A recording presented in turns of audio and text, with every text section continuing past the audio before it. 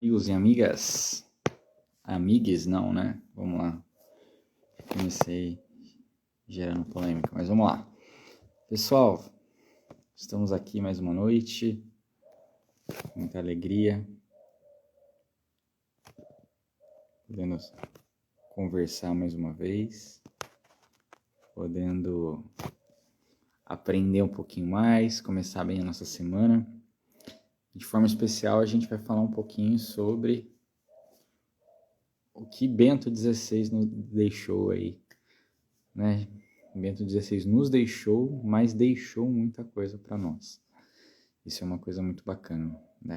Realmente um homem especial, um homem assim que eu admiro demais. E eu tinha lido a biografia dele, sempre gostei muito dos textos, das falas dele. Todo mundo sabe que eu sou um apaixonado por João Paulo II, pela obra de João Paulo II, mas confesso que questões de texto, tal, a forma às vezes de explicar as coisas, eu tenho até um apreço maior pela obra do Bento XVI. Eu gosto muito realmente das palavras, de tudo que o Ratzinger deixou, e então não tinha como a gente fazer aí essa semana, mais uma semana de lives, e não passar pela sua obra. Na semana passada a gente fez uma live especial aí com o pessoal do Grupo Mensageiros da Paz, e dessa semana, então a gente começa de uma forma diferente aí, né, a primeira live solo aqui do ano. Então, vamos falar aí sobre 5 conselhos de Bento XVI para os namorados. Então, já deixa assim, se você puder convidar alguém, quiser convidar alguém, ou talvez aquele seu crush, ou aquele quase crush, aproveita agora. Mas você tem aquele crush mais antigo, aquele que você chama de esposo, esposa, manda também para ele, vamos assistir juntos. Ou chama ele aí para a sala, chama ele para o quarto para assistir com você. São 5 dicas de Bento XVI deixou para os namorados. Bento XVI, certa vez ele estava num congresso eucarístico e ele dedicou o último dia a fazer um encontro com os jovens e namorados. Boa noite. Boa noite, Graça. Ele se dedicou a fazer Ele desejou que no finalzinho daquele congresso ele falasse um pouquinho com os jovens, com os namorados. Então, se você procurar na internet, depois eu posso até disponibilizar para vocês, existe um discurso de Bento XVI aos namorados. É um discurso curtinho e ele traz tesouros muito, muito bons, assim. Servem para casais, tanto de namorado quanto casados, né? Só fazer essas adaptações. E eu resolvi tirar aqui 5 conselhos que a gente poderia trabalhar de Bento XVI aos namorados, porque eu acho que pode enriquecer, pode trazer luz aí para muitos relacionamentos. E eu acho que vai ser bacana a gente conversar um pouquinho sobre isso. Mas como aqui é o Terapia Express, o objetivo nosso não é ficar enrolando, então vamos direto ao ponto, que eu sei que vocês têm aí muitas coisas para fazer. Então vamos lá. A primeira dica de Bento XVI, que eu retirei daquele discurso para os namorados, é: não tenhais medo de viver um relacionamento diferente, um relacionamento contra a maré. Bento XVI ele começa esse discurso, né, ele falando sobre a passagem das bodas de Caná e como às vezes está faltando vinho na nossa cultura atual. Todo mundo conhece aquele discurso famoso de Bento XVI. Antes dele ser papa, ali como cardeal Ratzinger, ele ainda fez aquele discurso após a morte de João Paulo II, falando da ditadura do relativismo. Aquele discurso que abriu o conclave. E quando ele fala da ditadura do relativismo, ele está falando ali que não, essa ditadura que hoje não existe verdade, não existe certo, não existe errado. A gente pode usar até aquela frase: nada é errado se te faz feliz. Então, assim, a gente está vivendo uma época da ditadura do relativismo. Não existe verdade. Não existe certo ou errado. Nada é errado se te faz feliz. Viver um mundo assim, onde você levanta, os passarinhos cantam, tudo está tão belo e bonito, né, que nada está errado. Tudo que você quiser fazer, o cara lá de cima vai te dar, né? Basta você tiver um coração bom e as coisas acontecem. Infelizmente a vida não é assim. Existe certo e existe errado. Graças a Deus existe certo, existe errado. A gente precisa dessa firmeza da verdade para nos orientar na nossa vida. A gente precisa dessa firmeza. E a falta de princípios claros, de princípios morais claros, leva o ser humano a uma vida sem compromisso, a uma vida perdida, uma vida sem sentido. Muitos relacionamentos terminam, muitos relacionamentos se espedaçam, muitos relacionamentos acabam fracassando exatamente pela falta de princípios sólidos. Princípios onde você pode pegar e se segurar, se manter de pé. Essa geração que não tem compromisso é a geração da ditadura do relativismo. É a ditadura do terminamos porque o amor acabou. Não porque nós desistimos do amor. Então Bento XVI vai falar para você, coragem. Falta o vinho, mas Deus nunca nos desampara. Ele sempre traz o vinho melhor no final. O segundo ponto, educai-vos no amor.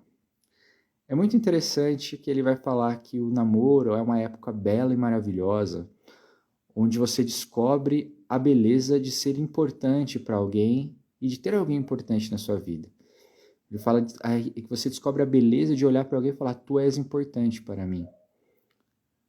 Essa época do namoro é uma época de maravilhamento, de você olhar para uma pessoa e cada dia se encantar mais por ela, até chegar ao ponto de dizer, não, nós precisamos passar a vida inteira juntos. Essa é a grande beleza do namoro. Então Bento XVI vai dizer que no namoro é um tempo da beleza e do maravilhamento.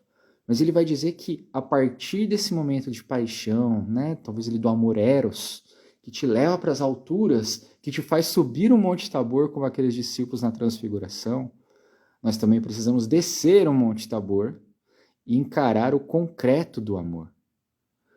Então esse amor que se dá em paixão, eu olho para o outro e vejo, ele é importante para mim.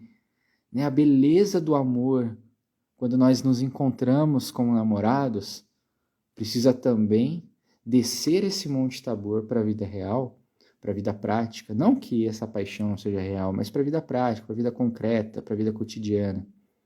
É ali onde a gente vai descobrir o valor da renúncia, de dizer não para algumas coisas por amor ao outro. Vai descobrir a graça de perdoar, muitas vezes ser machucado, ser ferido, mas compreender o outro e dar o seu perdão. Nós precisamos dar esse passo da atração para o amor concreto. Então Bento XVI vai dizer, viva isso com gradualidade, cada vez mais vocês precisam amar mais, vocês precisam subir de nível. Isso é importantíssimo para o relacionamento, para viver um bom namoro. O terceiro ponto é não se fechem. Não se fechem. Muitos casais começam a namorar e só querem saber um do outro. Claro que isso é natural. Tá? Claro que isso é natural. Você está apaixonado, é óbvio que vocês vão fazer mais coisas entre vocês do que com as outras pessoas. Só um amigo ciumentinho e imaturo vai reclamar disso. Agora, é importante também que você perceba que um relacionamento amoroso, ele dá frutos, porque o amor dá frutos, é próprio do amor gerar vida. Deus é amor e criou os seres humanos. Ele criou o universo. É próprio do amor criar, é próprio do amor frutificar. Então é importante que o casal saiba se inserir na vida da comunidade, saiba que esse amor tem que ser fermento. Então Bento XVI vai usar exatamente essa palavra, né? Vocês precisam ser fermento na comunidade, o amor de vocês precisa ser fermento na comunidade, então vocês precisam estar inseridos numa comunidade, interagir, conhecer outros casais que estão buscando as mesmas coisas que vocês, participar da comunidade, participar das celebrações, conviver com outras pessoas. A abertura da vida que o casal vai viver no casamento para receber os filhos, ela começa no namoro. Quando nós não nos fechamos num relacionamento intimista apenas, mas quando nós nos abrimos para a comunidade, estamos dispostos a ser um dom na vida da comunidade. É assim que vocês serão um dom na vida dos seus filhos. Isso começa no namoro. Quarto ponto, busquem conhecimento do outro. Busquem conhecer o outro. Isso é muito importante. O namoro é um tempo próprio para amadurecer o conhecimento do outro. E Bento XVI vai dizer que a gente precisa sempre cultivar esse conhecimento, esse respeito, essa atenção ao outro.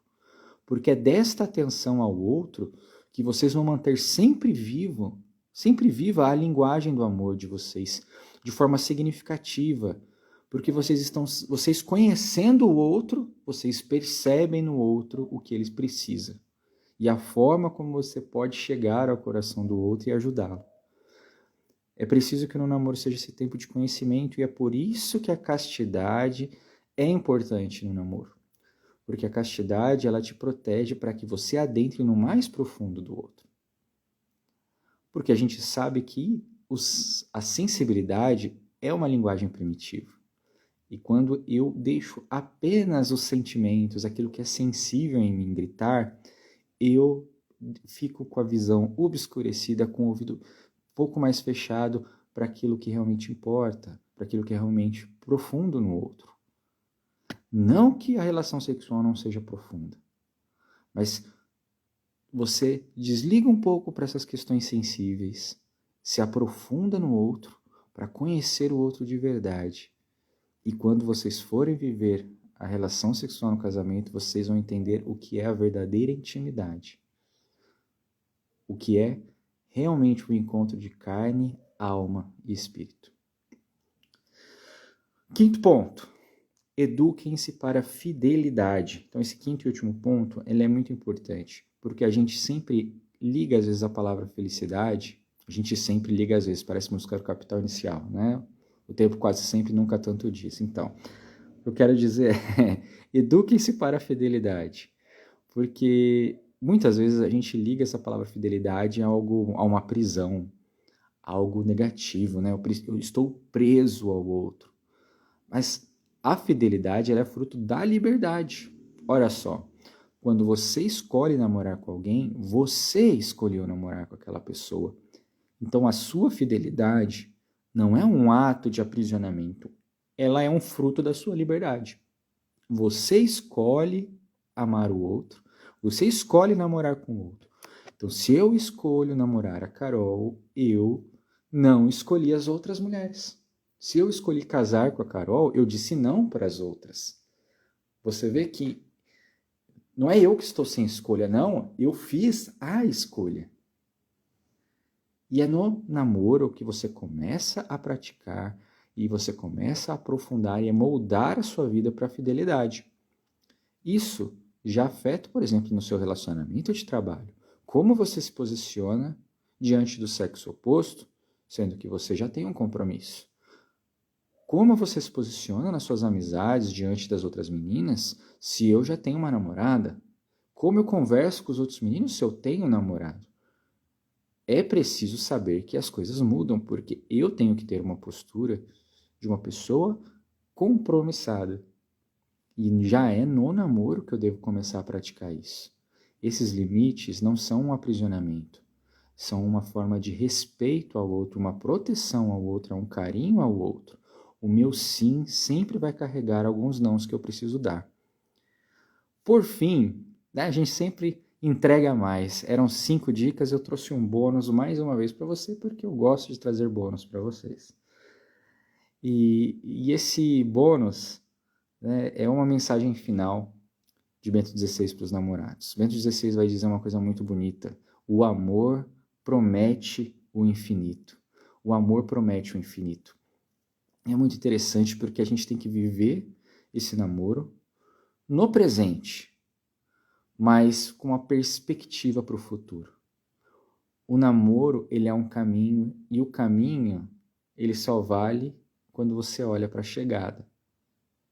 O namoro é um olhar para o altar, mas o altar também já é um olhar para o céu. Por isso que ele diz, o amor promete o infinito.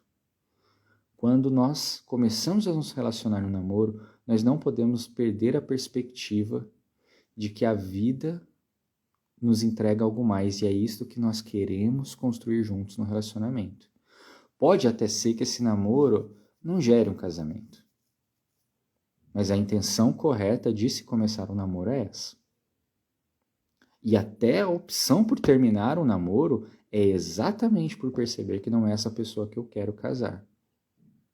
Se muitas pessoas tivessem essa consciência de que o namoro ele deve apontar para o casamento, sabendo que o casamento aponta para o céu, muitos namoros que duram aí 5, 6 anos enrolando já teriam terminado no começo, porque você não ia ficar acomodado no negócio, porque você sabe, poxa, eu não quero passar o resto da minha vida com essa pessoa. Sim, ela traz algumas coisas boas, mas não, esse relacionamento não está me levando para lugar nenhum. A pergunta que você deve sempre fazer é: esse amor está me prometendo o infinito? Se ele estiver, ele é um amor verdadeiro.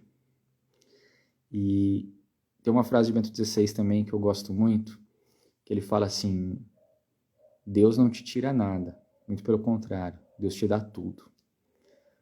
Cada renúncia que você faz no relacionamento, ele tem um motivo, ele tem um porquê. A morte de Cristo na cruz seria a pior das coisas se ele não tivesse um porquê. Mas tinha um porquê, era o amor. O amor de Deus pelos homens.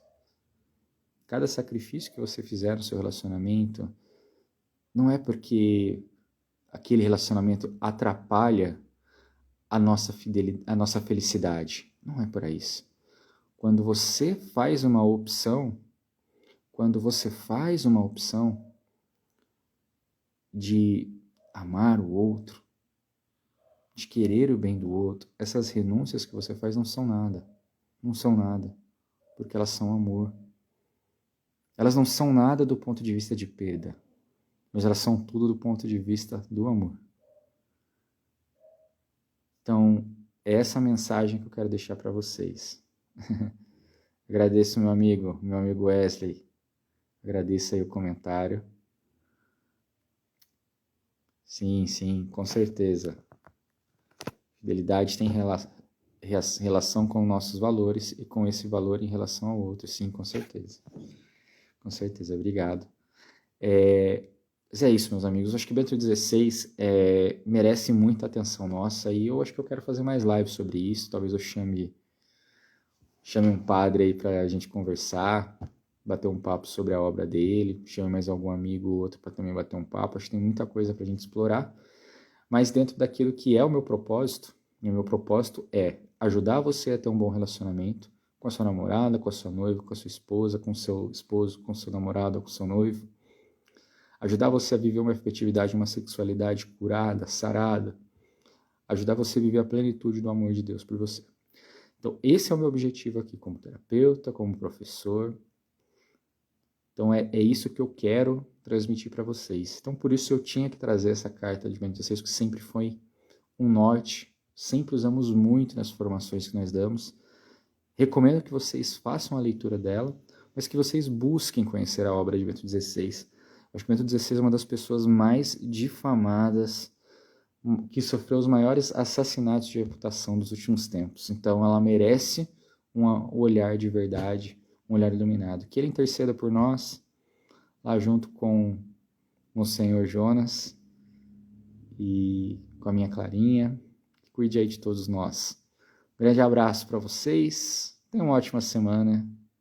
Compartilhe essa live. Tchau, tchau.